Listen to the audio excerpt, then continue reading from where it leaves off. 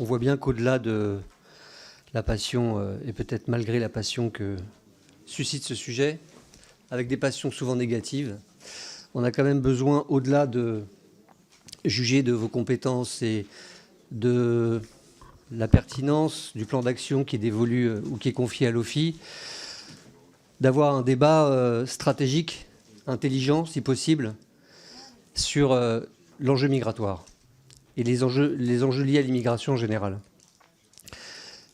Je voudrais dire plusieurs choses en essayant d'être bref. D'abord, on est quand même, vous le savez, confronté à un enjeu stratégique, je l'ai dit tout à l'heure, démographique. On peut le prendre dans tous les sens, mais on va être confronté, et je dis ici à celles et ceux qui, dans cette salle, sont réticents ou par principe ou par idéologie contre l'immigration, ce qui est par ailleurs en soi une position pas très intelligente ni intelligible, que nous allons être confrontés de plus en plus à cette question. Et que personne ne part de son pays par joie, rarement, sauf les touristes. Et que souvent on est confronté au tourbillon du monde, au fracas du monde, sur lesquels nous avons parfois, nous, notre pays, une responsabilité, et on ne peut pas simplement ériger des murs en disant « ce n'est pas notre affaire, nous n'en voulons pas ». Ne serait-ce que par réalisme. La question des mouvements de population va se développer. Je ne sais pas dans quelle proportion, et je ne dis pas ça pour être anxiogène à l'égard de ceux qui auraient des craintes ou des appréhensions, mais parce que c'est une réalité liée au désordre des guerres, désordre de la pauvreté d'un système économique mondial très inégalitaire et désordre désormais climatique. Je vous demande juste de bien vouloir y réfléchir parce qu'un OFII même idéalisé n'y suffira pas. Donc essayons d'avoir, lorsque nous avons des questions de ce type-là, un peu de tenue entre nous sur ce que signifie appréhender des enjeux migratoires lourds. Ils sont déjà lourds chez nous. Et lorsque on évoque, et pardonnez-moi de le dire, avec facilité, parfois une certaine désinvolture, des difficultés liées à l'intégration, parce que les étrangers créeraient une forme de concurrence avec ceux qui seraient en situation régulière ou ceux qui seraient français, on fait quelques raccourcis, et quelques raccourcis malheureux.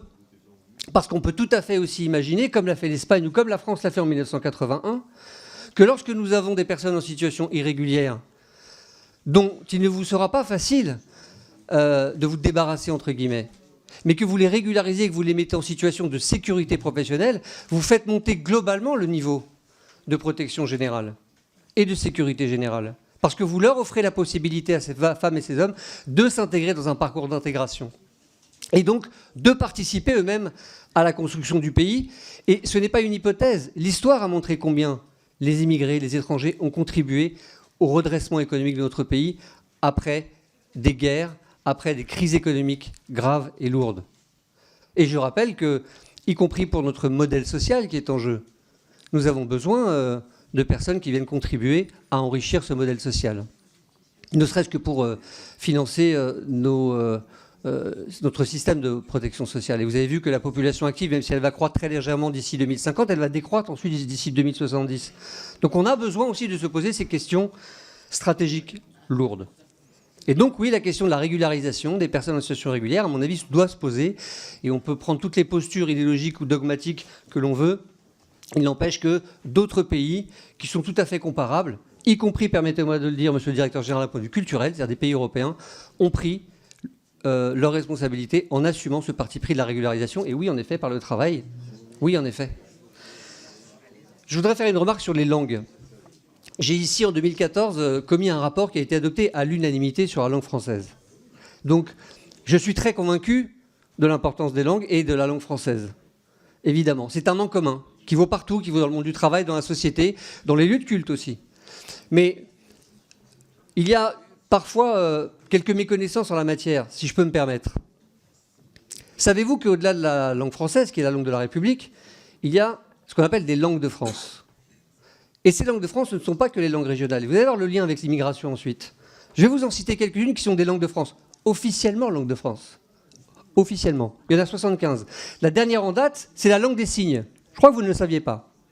Mais je vais vous en donner quelques autres des langues de France, officiellement reconnues comme langue de France. Le yiddish, le romani, le judéo-espagnol, le berbère, l'arménien occidental et, je garde le meilleur pour la fin, la darja, c'est-à-dire l'arabe dialectal maghrébin. ce sont des langues de France. Parce que ce sont des langues issues de l'immigration qui sont parlées par des millions de compatriotes. Délégation générale à la langue française et aux langues de France sous autorité du gouvernement. Je vous demande simplement d'intégrer ces éléments-là comme étant des éléments qui contribuent aussi à un autre aspect de notre réflexion, qui n'est cette fois-ci pas que de notre intérêt national ou des enjeux démographiques, c'est la question de notre identité qui est faite d'identités multiples. La France est une multitude.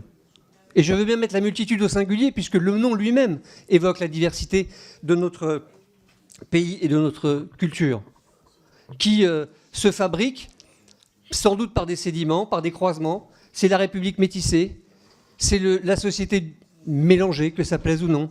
Et c'est cette modernité-là qui est devant nous. Et permettez-moi de le dire, mes chers collègues, c'est au nom de ces Françaises et de ces Français, tous ces Français et ces Françaises que nous parlons, qui ont des mémoires immigrées, y compris leur langue et y compris, monsieur le directeur général, leur culture, qu'effectivement, ils amènent avec. Leur culture et leur diplôme. Car je fais une petite remarque, les niveaux de diplomation des personnes issues de l'immigration extra-européenne sont en augmentation nette. Donc il n'y a pas forcément une corrélation entre ceux qui seraient issus du de culture extra-européenne et leur faible niveau de diplomation. C'est en hausse continue. Je ne peux pas conclure sans vous parler de moi et je m'en excuse.